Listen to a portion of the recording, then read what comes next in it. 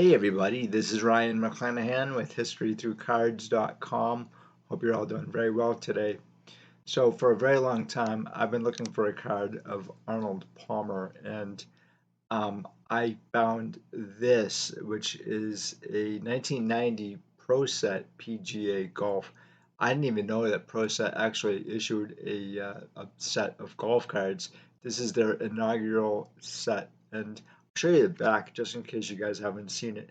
I never saw any of these growing up, so this is all brand new to me. And Arnold, now my camera doesn't like to pick up sports cards, I guess. I like to pick up sports cards, but my camera doesn't. Sorry about that, guys. I'll see if I can come across another decent photo for you. Anyway, um, Arnold Palmer really doesn't have any cards out there. He's got a few, and I think I found the reason why, but I'm going to actually do another video on that reason. And today, I want to really tell you about Arnold Palmer and his amazing career. And I found a few kind of short articles on him. There's so much information on Arnold Palmer that I just kind of had to gloss over some things about his career here, and man, his career literally can fit a book. It's amazing. He's actually one of the greatest golfers ever in the sport. So his nickname is the King, and he was born in 1929 and he passed away in 2016. And he was born in Latrobe, Pennsylvania, the home of Rolling Rock, which I haven't had a Rolling Rock in years. I used to like Rolling Rock, and now it sucks. Anyway, that's neither here nor there. But they must have done something to it. I don't know. Anyway, um, so he's got four Masters under his belt, and he won in 1958, 1960, 1962, and 1964. The PGA Championship he won in 1964, 1968, and 1970, and he won the 1960 U.S. Open. He also won the Open Championship in 1961 and 1962. I'm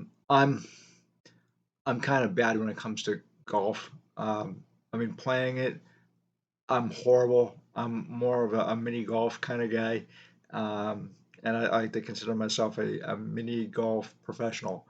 However, uh, I don't really know the difference between the U.S. Open and the Open Championship. Maybe you guys could tell me. I'd love to hear what you guys have to say about that. I'm still I'm still learning about golf too. It's an amazing sport. And you know, the thing about golf is that uh, it is a game that you try to beat yourself. I mean, it's yeah, okay, so you can beat other people, but you're really kind of like going up against yourself. So it's kind of a weird sport like that. Anyway, he is the PGA Player of the Year in 1960 and 1962, and he won like a ton of awards. So he won the Harry Varden Award, or the Varden Award, named after Harry Varden, of course. And he won that in 1961, 1962, 64, and 1967. And the first person to win the Varden Trophy yes, it's the Varden Trophy, is light horse Harry Cooper. He's a Hall of Famer, and he's the first one who won this award in 1937. I believe that was the year that Harry Varden had passed away.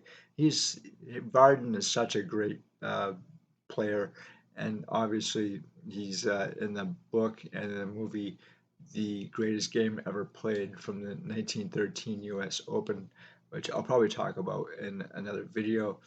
I do have a couple of cards of Harry Varden, so I'd like to show those off to you at some point as well.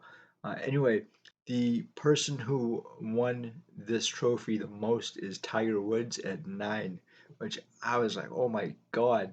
You know, Tiger Woods, obviously, like great ball player, but or a great golfer, if you will, but he's got so many issues going on. I had to figure out what the Varden Trophy was because I wasn't really sure. Some of these trophies really are they new? Like I'm not sure what they were, so I had to look this one up, and it's actually given to the PGA's top leader in scoring averages. And there was no award between 1942 and 1946 during World War II. And the first award was based on a point system, which changed in 1947. And that was for the lowest score. And they changed this in 1988, so it was lowest adjusted scoring average over a minimum of 60 rounds with no mid-round withdrawals. And it's similar to the Byron Nelson Award. That award actually was first instituted in 1980, and it's very similar, but it's a 50 round minimum. Byron Nelson is another golfer who he doesn't have any cards that I'm aware of, even an Eastern Exhibit postcard during his career. I thought that was really unusual. I looked everywhere and I couldn't find a card of Byron Nelson. And there's plenty of cards after his career, just like there are plenty of cards after his career and his passing in 2016. But you're not going to find too many cards during his career. And that's why I actually chose this card because it was really affordable. And the rookie card that I've seen him in from 1965, or that thing, and I think few people could. It's extremely expensive, but he doesn't have a whole lot of stuff, and I'm going to tell you guys about that in a different video. So he gained entrance into the Hall of Fame in 1974, and I think the Golf Hall of Fame, as well as the Football Hall of Fame, are quite tough to get into. And actually, I would say that too about the Soccer Hall of Fame, the English Soccer or English Football Hall of Fame is also very tough. And come to think of it, the Cricket Hall of Fame is pretty tough too. I think the easiest Hall of Fame might be the Baseball Hall of Fame. As far as I'm looking at these Hall of Fames and who gets in and who doesn't. Anyway, um, let's get on to this. So he was also the 1960 Sports Illustrated Sportsman of the Year, and he won the Bobby Jones Award,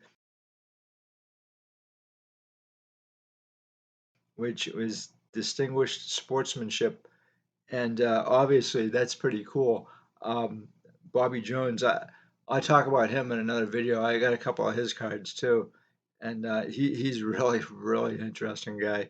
He actually won that in 1971, and then he also won the Old Tom Morris Award, which is a lifetime achievement award, and Old Tom Morris is if you were to kind of describe old Tom Morris, he would be like maybe Babe Ruth, I think. If we were talking about baseball, he'd be the equivalent of Babe Ruth, I think, or maybe Honus Wagner. That's more like it, Honus Wagner. So anyway, he won that in 1983, and then in 2000 he won the Payne Stewart Award, which and again I had to look that one up, and that is for the values which align with the character, charity, and sportsmanship of Payne Stewart. I never watched Payne Stewart, so I don't know if any of that is correct. Maybe it is, I just don't know. Again, Payne Stewart's a Hall of Famer as well, and he also received the Presidential Medal of Freedom in 2004 and the Congressional Gold Medal in 2009, and he won, I believe, 94 championships or 94 wins under his belt, but he's got 62 PGA Tour titles between 1955, his first year as a professional, and 1973, and he ranks fifth all time in PGA victories. And he also received the PGA Tour Lifetime Achievement Award in 1998. Let me see what else I wrote here. Oh, yeah, okay. So there's more. He's also well known as a working class guy, and that really kind of endeared him to a lot of his fans. And he, from what I've heard, he really was very instrumental in helping your average Joe play golf. Essentially, him and I think Francis Ouimet are the two who really made it possible that everybody can play golf on a course. So some of these courses that's not really possible, but kind of snooty because golf is like that. Unfortunately, there's I hate to say this too because I like to watch golf and I like to play mini golf, but the sport itself seems to be kind of snooty, very up in the air, and and that's not right. I think it's a sport for everybody, regardless of class, and that actually shows up quite a bit in Francis Ouimet's story as the class situation back in the early 20th century. We don't have a class system, so I don't know why it's kind of a snooty sport. It shouldn't be. It really shouldn't. It should be for everybody, regardless. Anyway, he won the 1954 amateur in Detroit after a 3-year stint in the Coast Guard, and he also, which is I didn't know this, but he designed more than 300 courses during his lifetime. So I have a few articles that I want to share with you guys. I think you're going to find them very interesting, and I will talk to you afterwards. This is from the Pittsburgh Post-Gazette, September 28th, 2016. Arnold Palmer, A Royal Legacy. The career and life that Arnold Palmer forged in his 87 years on this earth are almost too great to be captured in a few lines, or even a few thousand lines. What stands here are but a smattering of the memories and a teardrop of the numbers that made him the king and all the world his subjects. The Crown Jewels, Palmer's 7 major championships as compiled by Brian Batko. The Masters, 1958. Data, Augusta National Golf Club, Augusta, Georgia. Score, 284, -4, one-stroke win. Next closest, Doug Ford, Fred Hawkins. The story. Young Arnold Palmer, as the Pittsburgh Post-Gazette led with the next morning, was 28 when he won his first major. It was a win to remember for many, not just Palmer. Renowned Sports Illustrated golf writer Herbert Warren Wind coined the now ubiquitous term Amen Corner for Augusta's 12th and 13th holes, the former of which saw Palmer involved in a controversial ruling. At the 12th and in the final round, no less, Palmer appealed to officials for a relief because of what he believed was an embedded ball before making double bogey. He replayed the hole, shot par, and later on, word came down that officials would accept his 3 rather than his 5. Those 2 strokes provided to be the difference for his efforts. The fifth-year pro from Latrobe earned $11,250, the first 5-figure prize in Masters history. The Masters, 1960.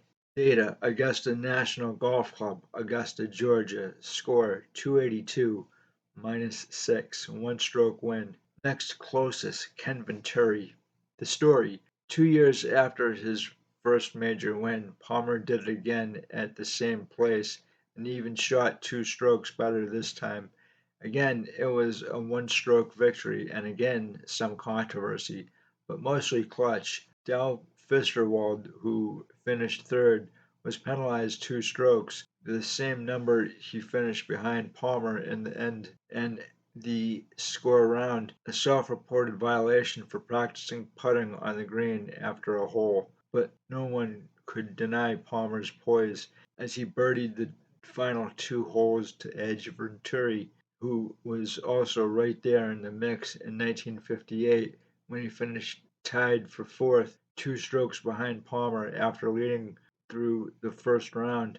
2 years later, Palmer led wire to wire, only the second to do so and first in 19 years. This Masters also was the second appearance and first time making the cut for a hotshot 20-year-old named Jack Nicklaus. U.S. Open 1960. Data: Cherry Hills Country Club, Englewood, Colorado. Score 280, -4.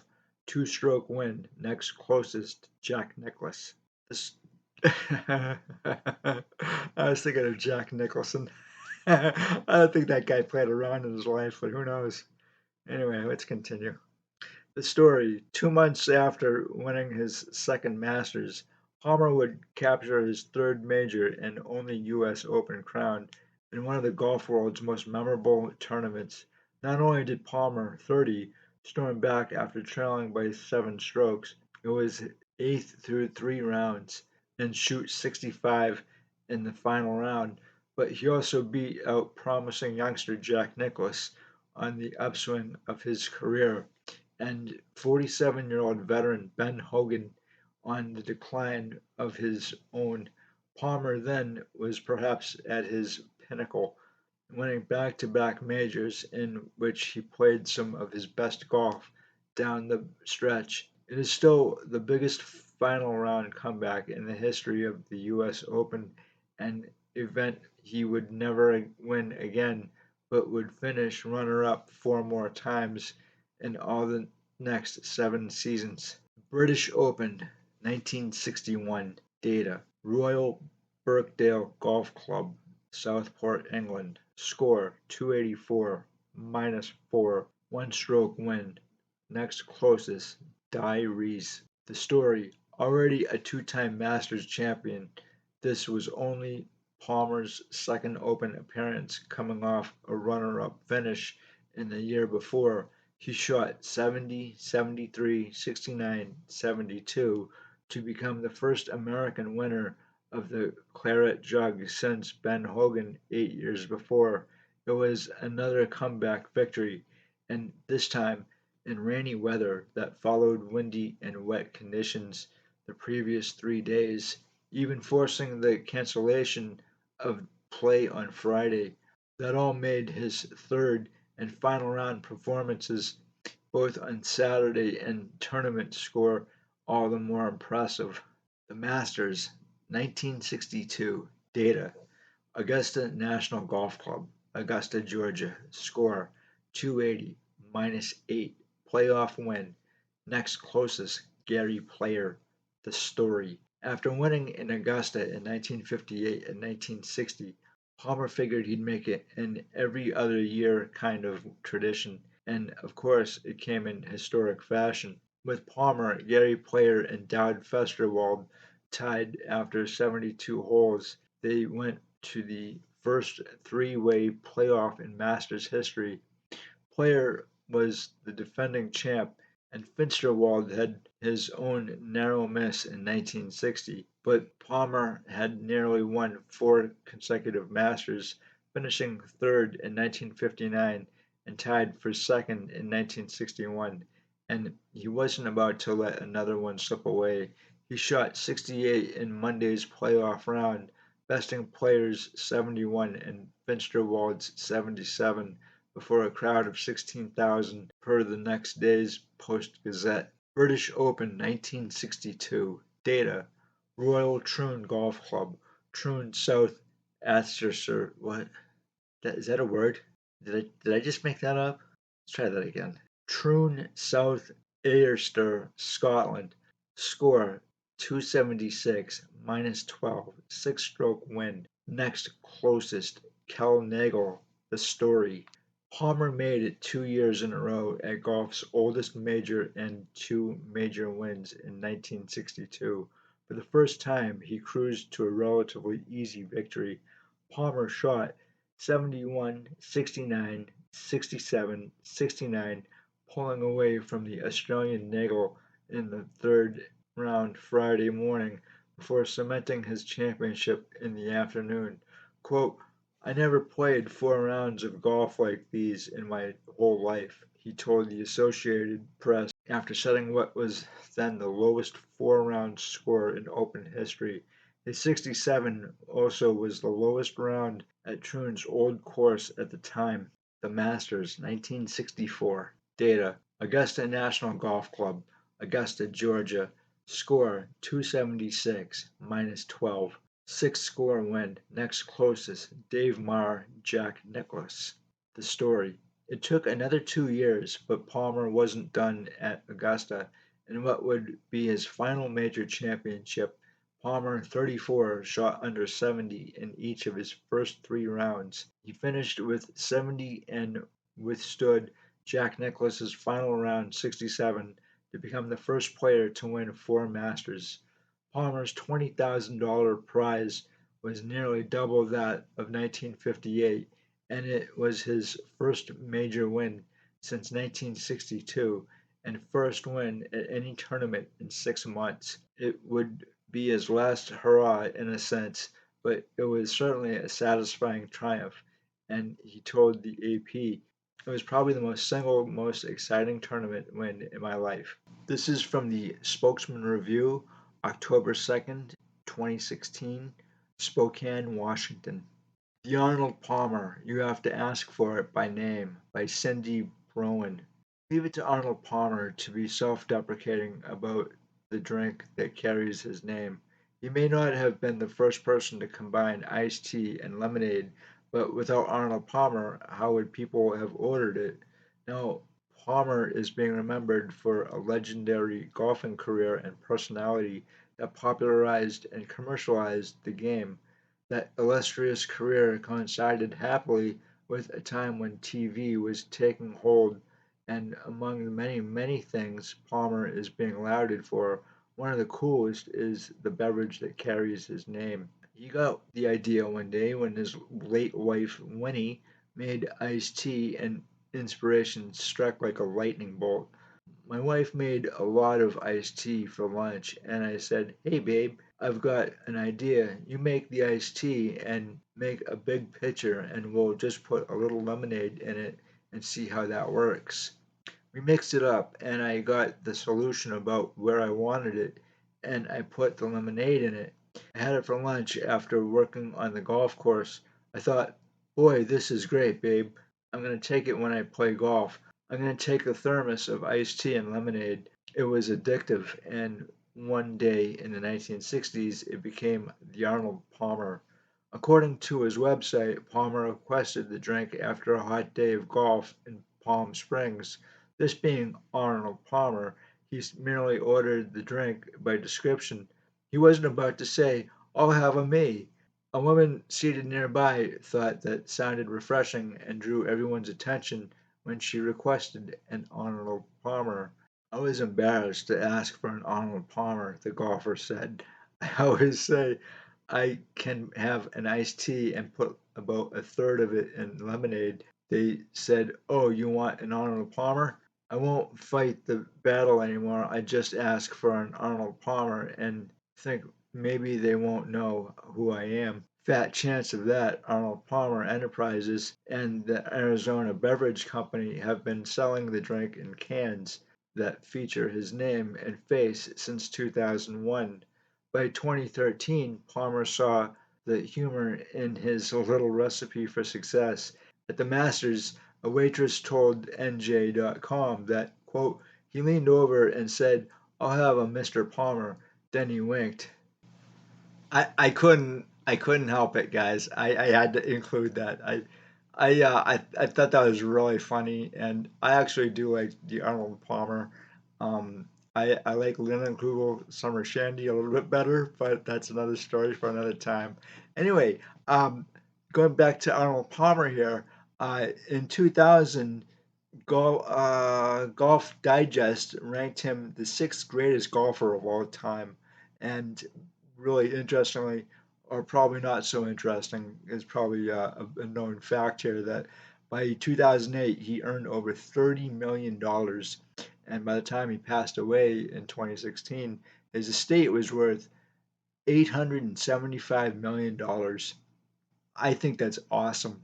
Again, this is probably going to be your cheapest Arnold Palmer card that you can find in the hobby. He does have a few cards out there, but they are pretty expensive. Again, 1965 seems to be his rookie year for cards, even though he first started in 1953. We'll forget about that slight detail. Um, but Pro Set's kind of interesting too because a lot of people trash it for being a cheap set. But that's fine if you're looking to complete Hall of Famers. I actually have a number of these cards too. Actually, I just obviously found out about these not too long ago, and I was doing some research on the set and found a bunch of cards that are autographed of Hall of Famers. So I don't think that a lot of golfers sign a lot of cards to begin with. Even if they do, they're fairly cheap, except for your major stars, and they get a little more expensive the farther back in time you go. Arnold Palmer, obviously, he did sign quite a bit of stuff. I don't see a whole lot of uh, this particular card autographed. I have seen a few and they're quite expensive, but it's just only because it's Arnold Palmer, and then you have Jack Nicklaus too. He's actually easier to find on a card than Arnold Palmer. His rookie is in the 1971 Barrett Goldflake Sports Stars. I think it's the Sports Stars. Anyway, that's his rookie card, and so he does have a few other cards. I did a video on him as well, and it's really amazing what he is going through right now. And I wouldn't wish that on anybody. If you guys haven't seen that video, you can go and check out my playlist. But I wish him all the best. I really do. Arnold Palmer is also in a really interesting lawsuit that I'm going to get into in another video. And I think it explains why he doesn't have a lot of cards out there. I don't want to ruin it. I don't want to ruin it for my other video. Just to say that his business acumen, I think, is one of the reasons. But I haven't really read the entire lawsuit, and I'm going to do that, in fact, in the next video or two or maybe three. I've just got so many videos that I got to catch up on for you guys, and even one from April that I owe you, which I'm really bad at. But anyway, guys, and thank you so much for stopping by, and I greatly appreciate it. And if you have any favorite Arnold Palmer stories or cards, if you know of any other cards that he has, let me know. I'd love to hear what you guys have to say. Obviously, the pro set here, the 1990, this is really going to be a great opportunity for you guys if you want to start a Hall of Fame collection of golfers. These cards are not expensive at all for the most part. That's what I like about Pro Set, even for their hockey cards. And I kind of grew up on the Pro Set hockey cards, and that's another story. But it was cheap and it was great and it was fun. And if you don't really care about the money and just want to have a fun time collecting, this might be your great opportunity here. I think you can buy a box for about 20 bucks or less than that. I think I've seen them for $10. But anyway, guys, again, I thank you very much, and I will talk to you later. Bye.